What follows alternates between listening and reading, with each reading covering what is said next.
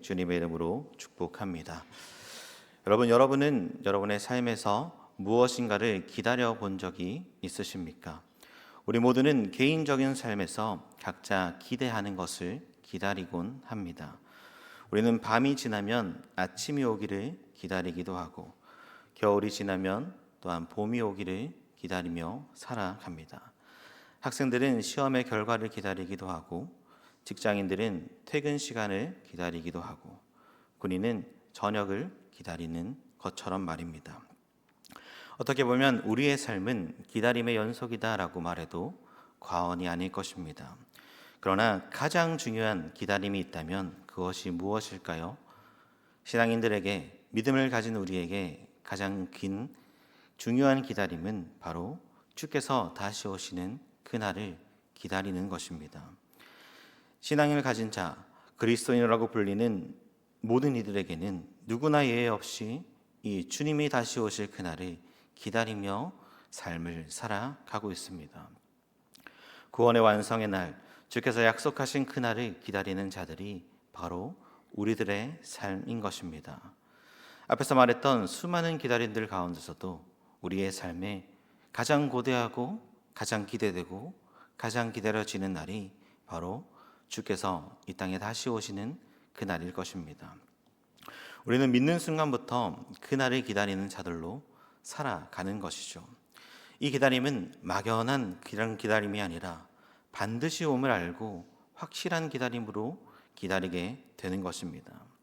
그날을 기다리는 것이 어쩌면 지금 볼 때는 희미한 것처럼 보이지만 그날은 반드시 분명히 우리에게 도달할 것이다 라는 것입니다. 사랑하는 성도 여러분, 그렇다면 우리는 얼마나 그날을 기대하고 주님을 바라보며 살아가고 있습니까? 어쩌면 우리의 주어진 삶에서 급급하게 땅의 것만 바라보며 살아가는 우리의 신앙의 모습은 아닙니까? 분명히 이 세상을 살아가는 데 있어서 땅의 것도 중요합니다. 없어서는 안 되는 것이죠. 그러나 우리는 그것에만 목매어 살아가는 자들이 아님을 언제나 기억해야 합니다. 나그네의 삶을 살아가는 우리가 그것이 우리의 삶임을 잊지 않아야 한다라는 것이죠. 그래서 예수님께서는 이렇게 우리에게 말씀하셨습니다. 마태복음 6장 33절의 말씀입니다. 그러니 너희는 먼저 그의 나라와 그의 의를 구하라. 그리하면 이 모든 것을 너희에게 더하시리라 라고 말입니다. 그렇게 구할 때에 이 모든 것을 더하여 주신다라고 말씀하시죠. 이 모든 것이 무엇입니까? 앞선 본문에 있는 것들을 의미합니다. 예수님께서는 하나님께서 공중의 새를 돌보시고 들의 백합화도 입히시는 분이시는데 그것들보다 우리를 더 사랑하시는 분이시다라고 가르쳐 주셨습니다. 그렇게 우리는 이 땅을 살아가면서 무엇을 먹을까, 무엇을 마실까, 무엇을 입을까 이 땅의 것을 구하는 것이 아니라 먼저 하나님의 나라를 바라보는 자들이 되어야 할 줄을 믿습니다. 그것은 바로 우리가 이 땅에 소망을 두지 않고 하늘에 소망을 두는 자로 살아가는 자들이 우리라는 것을 뜻하는 것입니다. 성경은 우리에게 주님께서 다시 오실 것이다 라는 이 소망을 갖고 주어진 삶을 살아가라라고 말씀합니다. 우리 주님 반드시 오시는데 그날의 소망을 들고 이 땅에 맡은 자의 사명답게 살아가라는 것이죠. 그렇다면 왜 우리는 그날을 기대하고 고대합니까? 이 세상에는 소망이 없기 때문입니다. 이 세상은 살아가면 살아갈수록 눈물이 가득하고 공중 권세 잡은 자들로 인해서 우리를 계속해서 넘어뜨리려는 세상이죠. 그렇게 주님께서는 이 땅에 다시 오실 때에 우리의 모든 눈에 눈물을 닦아주실 것이고 하나님의 공의가 실현되는 날일 것이며 다시는 사망이나 애통하는 것이 없는 그날이 있음을, 그날을 함께 누리게 하실 것이기 때문입니다. 그렇기에 성도는 바로 그 소망을 품고 살아가는 자들이죠. 예수님께서 십자가에 죽으시고 다시 살아나신 이후에 40일간 제자들과 함께 계시면서 하나님의 나라의 일을 가르쳐 주셨습니다. 그리고 마지막으로 승천하실 때에도 계속해서 예수님께서 올라가는 그 장면을 보고 있는 제자들을 향해서 천사들은 이렇게 이야기합니다. 사도행전 1장 8절에서 11절의 말씀입니다. 오직 성령이 너희에게 임하시면 너희가 권능을 받고 예루살렘과 온 유대와 사마리아와 땅끝까지 이르러 내 증인이 되리라 하시니라. 이 말씀을 마치시고 그들이 보는데 올려져 가시니 구름이 그를 가리어 보이지 않게 하더라. 올라가실 때에 제자들이 자세히 하늘을 쳐다보고 있는데 흰 옷 입은 두 사람이 그들 곁에 서서 이르되 갈릴리 사람들아 어찌하여 서서 하늘을 쳐다보느냐. 너희 가운데에서 하늘로 올려지신 이 예수는 하늘로 가심을 본 그대로 오시리라 하였느니라 라고 말씀하십니다. 예수님께서 승천하시는 그날에 제자들에게 땅끝까지 이르러 증인이 되라 라고 말씀하신 이후에 계속 가신 곳을 보고 있는 제자들을 향해서 본 그대로 다시 올 것이다 라고 말씀해 주시는 것이죠. 오늘 야고보서 우리가 보는 이 성경의 본문의 말씀에서도 우리에게 그날이 있음을, 그것을 기다릴 것임을 강력하게 권면하고 있습니다. 7절의 말씀을 보면 야고보는 형제들아 주께서 강림하시기까지라고 성도들에게 권면을 주고 있습니다. 이러한 야고보의 표현은 한 믿음을 가진 성도들이 무엇을 기다려야 하는지, 이 땅의 것이 아니라 하늘의 것을 바라보고 살아가는 자들임을 분명하게 알라라고 이야기해 주는 것과 같습니다. 제자들이 기다렸고 또 믿는 자들이 모두 기다려야 하는 그날이, 그때가 있다라는 것을 다시 한 번 더 우리에게 가르쳐 주는 것이죠. 주께서 강림하실 때에 너희 기다리는 자들에게 말해주는 그 권면의 말씀이 있다라는 것입니다. 사랑하는 성도 여러분, 그렇다면 우리 주님은 언제 다시 오십니까? 우리는 그 시와 때를 정확히 알 수 없습니다. 오직 그날은 하나님만 아시는 날이죠. 하나님의 때에 하나님께서 계획하신 그날은 올 것이다 라는 것입니다. 그래서 이렇게 말씀하셨습니다. 마태복음 24장 36절의 말씀을 우리 함께 읽어보겠습니다. 시작.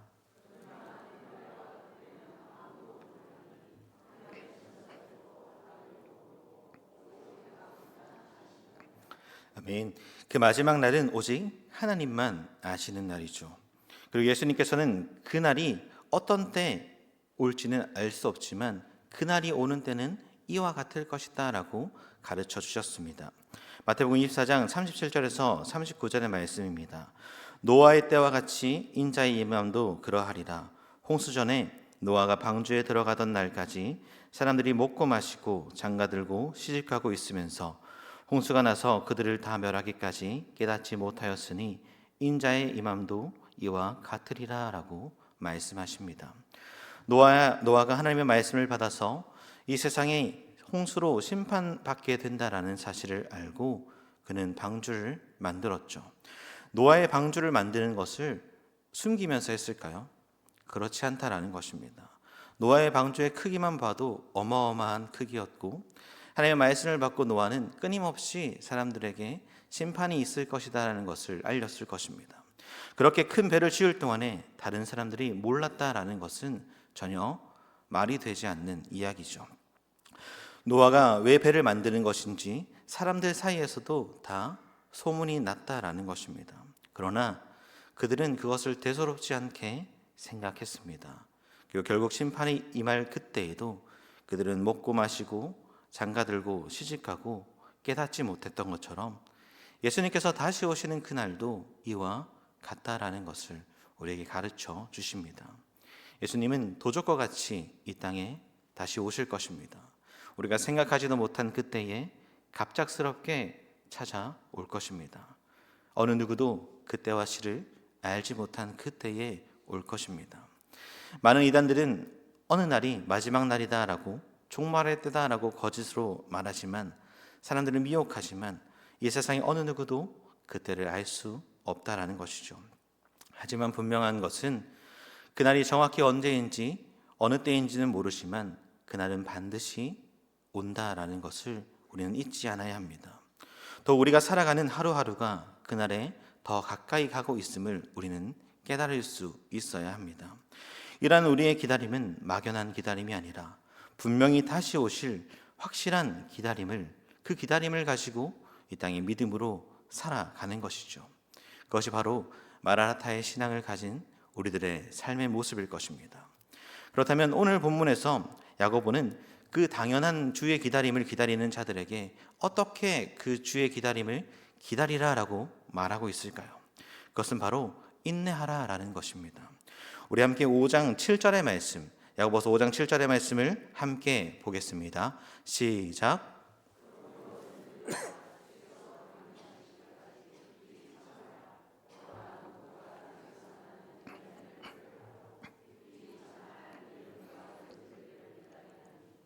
아멘.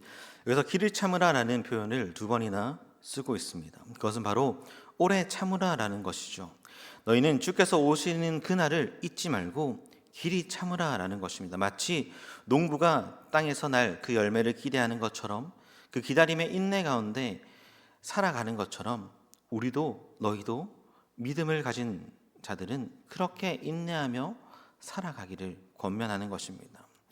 사랑하는 성도 여러분, 그리스도인의 삶 가운데 요구되어지는 삶의 모습들은 참 많이 있습니다. 성경의 9가지 열매만 보아도 그렇죠. 그런데 그 중에서도 성경은 우리에게 끊임없이 믿음의 인내함을 가르쳐 주고 있습니다. 성도의 삶에 없어서는 안 되는 것이 바로 인내함으로 그 믿음을 지키는 것이고 소망을 바라보는 것이기 때문입니다. 그래서 로마서 5장 3절에서 4절의 말씀에 이렇게 우리에게 가르쳐 줍니다.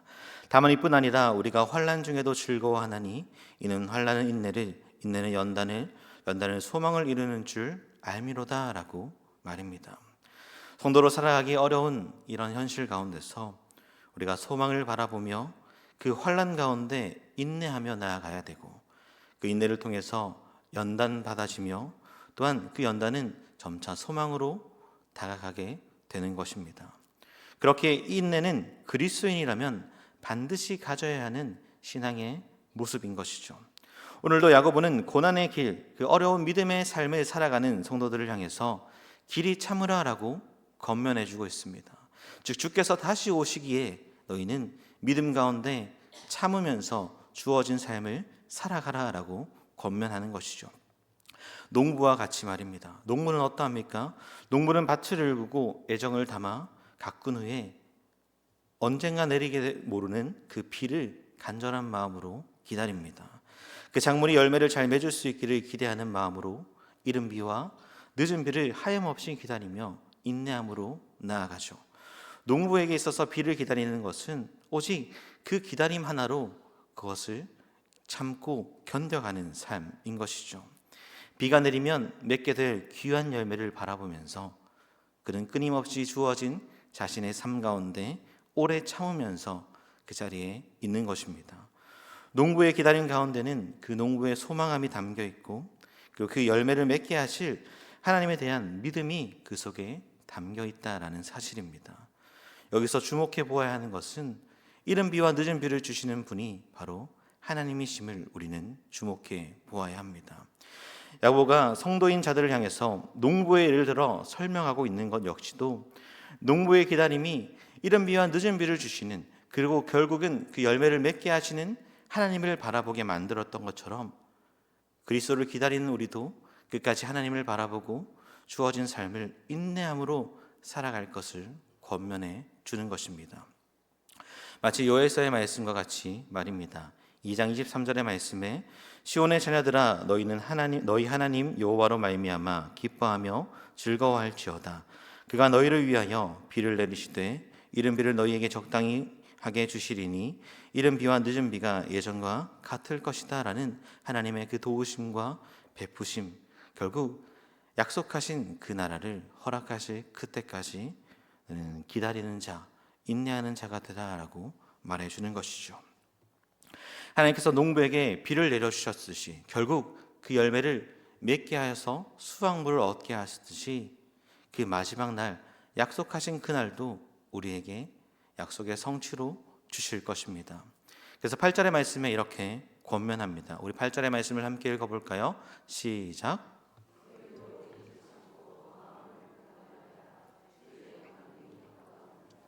아멘. 우리도 주께서 강림하실 그때를 알고 기다림에 있어서 온전함으로 참아라라고 말하는 것입니다. 이러한 인내의 삶에 대해서 야고보는 그날이 멀지 않았다라고 말하고 있습니다. 주의 날이 가까우니 너희가 참고 더욱 마음을 굳건하게 하여 인내의 삶, 믿음의 인내를 이루라라는 것을 말해주죠. 언제나 야고보는 주의 복음을 가지고 살아가는 자들에게 주께서 다시 오심을 임박했다라는 사실을 가르쳐 주었습니다. 우리 역시도 오늘날에 그러한 믿음을 가진 자로 살아가야 합니다. 주님 다시 오실 날이 멀지 않았다라는 그 신앙의 자세를 가지고 우리의 삶 가운데 깨어 있어야 하고 그날을 준비하는 자들로 살아갈 수 있어야 합니다. 베드로후서 3장 8절에서 9절의 말씀과 마태복음 24장 42절에서 44절의 말씀입니다. 사랑하는 자들아, 주께서는 하루가 천년 같고 천년이 하루 같다, 이 한 가지를 잊지 말라. 주의 약속은 어떤 이들이 더디다고 생각하는 것 같이 더딘 것이 아니라 오직 주께서는 너희를 대하여 오래 참으사 아무도 멸망하지 아니하고 다 회개하기에 이르기를 원하시느니라. 그러므로 깨어 있으라. 어느 날에 너희 주가 임하는지 너희가 알지 못함이니라. 너희도 아는 바니 만일 집 주인이 도둑이 어느 시각에 올 줄 알았다면 깨어 있어 그 집을 뚫지 못하게 하였으리라. 이러므로 너희도 준비하고 있으라. 생각하지 않은 때에 인자가 오리라라고 말씀하십니다. 그날은 더딘 것도 아니고 그렇다고 오지 않는 것도 아니고 오직 반드시 오는 그날이 있기에 우리는 그날을 믿음으로 준비하며 살아갈 수 있어야 합니다.